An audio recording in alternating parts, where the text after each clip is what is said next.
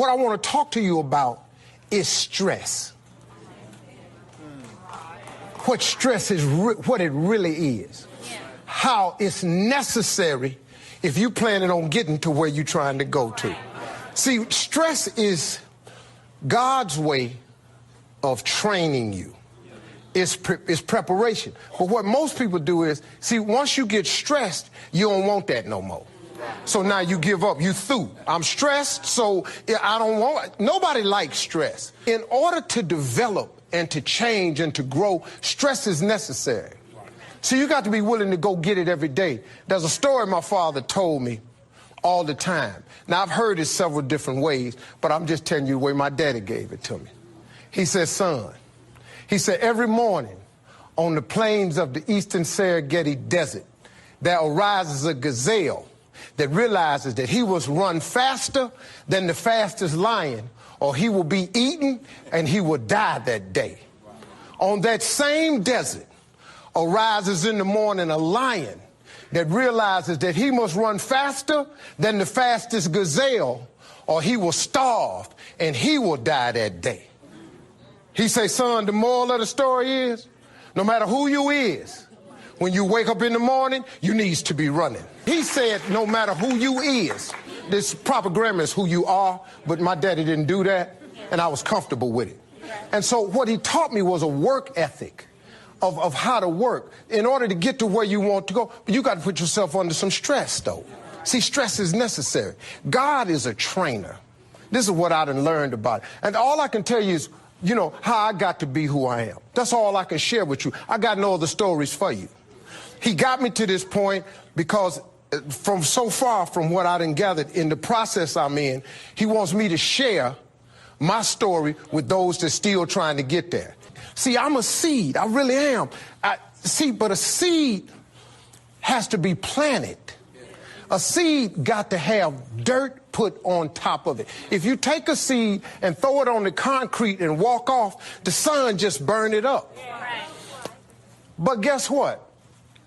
Logically, in my mind, it doesn't make sense that to grow something, you should dig a hole, put it down in there, and cover it with dirt. Logically, that don't make no sense to me.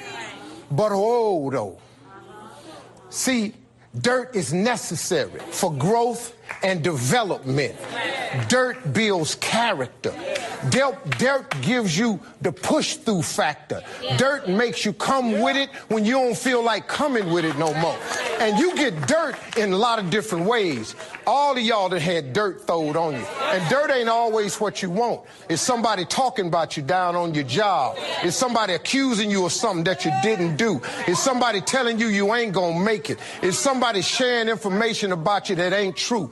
That everybody get dirt put on them. But see, when you're getting put under that stress, please know God is always working. Kirk Franklin's song, God is always working, so I smile. Because I know he back there. See, that dirt builds character in you. When they talking about you, it teaches you to withstand it. Then it gives you something to push through. So when you put the seed and you put the dirt on it, if you understand stress, stress really ain't just dirt.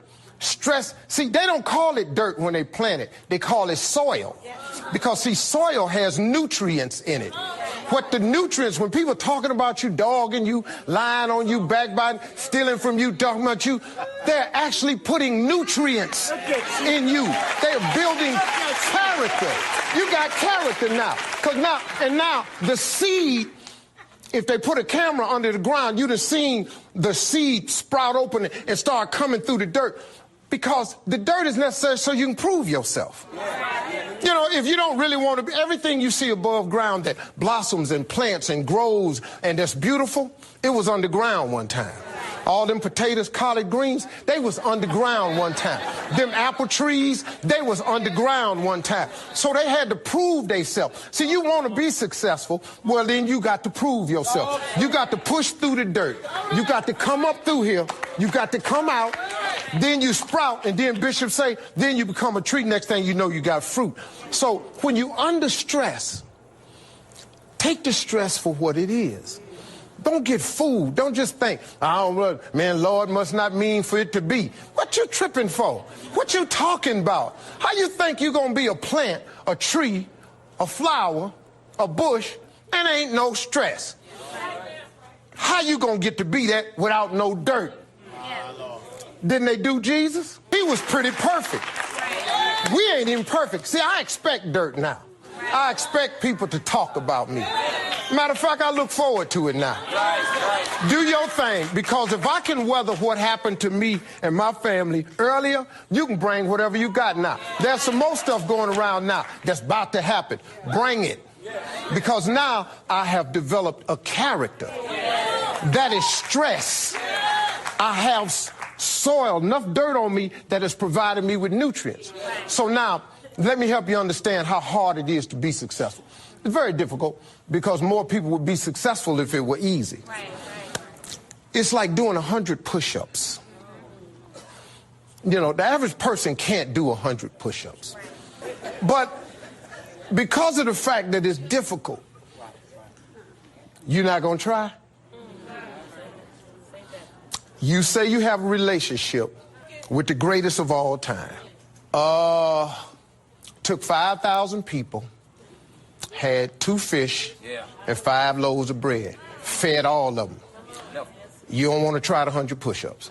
They take rocket ships, take them to the moon, orbit, bring them back, land it in the same place it took off from.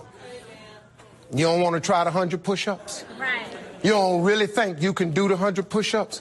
See, the thing about push-up is, once you get started, it's difficult. But let's say by the grace of God, somehow you get 20 cranked out. And then you just keep on, and then you throw some prayer in the game, and the next thing you know, you got 40 knocked out. But you steady pressing. What you don't see is you're developing a strength with that pressing. And then somehow you get to 70 and you look up and everything on you shaking. Your teeth is cracking. Your eyes is busting out your head. You can't believe what's happening to you. You get to 80, your clothes don't look the same no more. You somehow get to 90 and it's all coming loose now.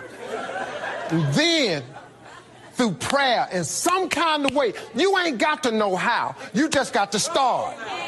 See, too many people try to figure out the how. Now you're trembling. You're shaking. Everything in you is about to blow up. But you done 100 push-ups.